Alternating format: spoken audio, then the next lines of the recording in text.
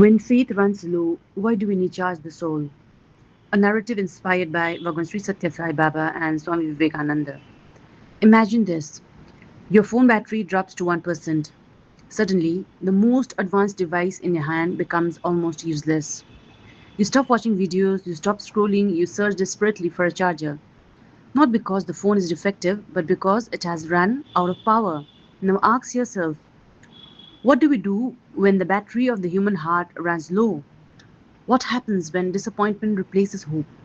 When illness visits our home, when prayers seem unanswered, when betrayal, failure, grief, or uncertainty makes us wonder, is God really listening? The truth is that even the strongest faith can flicker during life's darkest nights. It does not mean that we are bad devotees. It does not mean that God has abandoned us. It simply means that the soul, like every living thing, needs nourishment. And that is why reading sacred scriptures and remaining connected to a spiritual community are not signs of weakness, they are acts of wisdom. Bhagwan Sri Satya Sai Baba often stressed the importance of satsang, the company of good and godly people. He said that the mind takes the color of the company it keeps.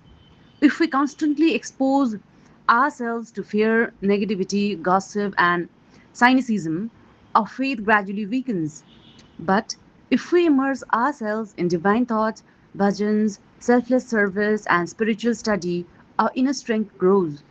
He compared spiritual practice to charging battery through namasparana, which means repetition of the God's name. Prayer, study circles, and seva recharge ourselves with divine energy. Sai Baba reminded devotees, tell me the company you keep, and I shall tell you what you are. He also advised hands in society, heads in the forest. Fulfill your worldly responsibilities, but let your mind remain anchored in God.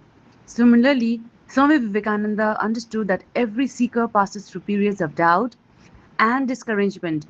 He never condemned weakness, instead, he taught people how to rise above it. He thundered, strength is life, weakness is death. For him, scriptures were not meant to be worshipped from a distance or kept on shelves gathering dust. They were reservoirs of courage. The Bhagavad Gita, the Upanishads, and the lives of the saints were meant to awaken the sleeping lion within every human being. He thought that holy company is one of the greatest aids to spiritual growth because the faith of others can support us until our own faith regains its footing. Think of a piece of charcoal removed from the fire, left alone. It slowly loses its glow and becomes cold. Place it back among burning embers and it regains its heat and brightness. Human beings are much the same. Through regular reading of scriptures, participation in satsang, meditation, prayer, and service, we return to the fire of spiritual inspiration. We remember who we truly are. We discover that beneath fear lies courage, beneath confusion lies wisdom, and beneath all suffering lies the unchanging presence of the divine. Faith is not the absence of storms. Faith is remembering where to seek shelter when the storms come.